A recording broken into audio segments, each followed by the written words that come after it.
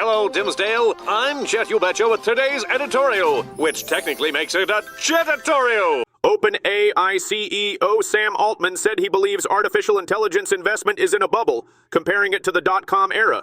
He argued that while AI is one of the most important developments in decades, investor enthusiasm has created overvaluation, echoing warnings from Alibaba's Joe Tsai, Ray Dalio, and Apollo's Torsten Slok. Slok recently claimed today's AI bubble is larger than the 1990s internet boom. Some experts, however, argue fundamentals in semiconductors and supply chains remain strong, with risks concentrated in weaker firms. OpenAI projects $20 billion in annual revenue but is still unprofitable.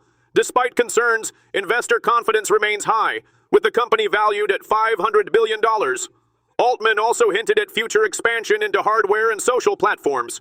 In other developments, Texas health officials announced the official end of a measles outbreak that infected 762 people and killed 2 unvaccinated children, marking the state's largest outbreak in more than 3 decades.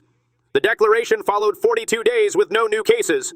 The outbreak began in January near Gaines County, an area with low vaccination rates, and spread to other regions of Texas and New Mexico, where another unvaccinated person died. More than 2/3 of cases were among children, with nearly 100 hospitalizations. Officials credited testing, vaccination drives, and public awareness efforts for containment, but warned that declining vaccination rates and rising exemptions continue to fuel outbreaks nationwide, with U.S. cases at their highest since 1992. A heartbreaking news. Nebraska-Omaha basketball player Deng Mayar, 22, drowned Saturday at Black Ridge Reservoir in Harriman, Utah, police confirmed. Authorities said Mayar went underwater about 35 yards from shore. A 911 call reported 2 people in distress, including 21-year-old Sama Futaga, who reached shore but re-entered the water to try rescuing Mayar before bystanders intervened. Mafutaga was hospitalized and is expected to recover. Mayar's body was recovered after several hours of searching. A Salt Lake City native, Mayar previously played for North Dakota before transferring to Omaha. Head coach Chris Crutchfield described him as a positive influence who made tremendous progress this summer.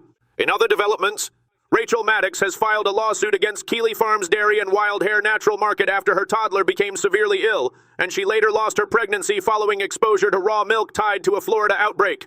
State health officials linked the farm's products to at least 21 infections since January, including E. coli and Campylobacter cases, with 7 hospitalizations. Maddox claims she unknowingly gave her toddler raw milk purchased in June, which led to multiple hospitalizations and surgery. She contracted the infections while caring for her child, was hospitalized, developed sepsis, and miscarried at nearly 20 weeks. The complaint accuses the defendants of negligence, strict liability, and breach of warranty, alleging the milk was contaminated and unreasonably dangerous. Florida law requires raw milk to carry a not-for-human consumption label. From all of us here, stay classy, Dimsdale.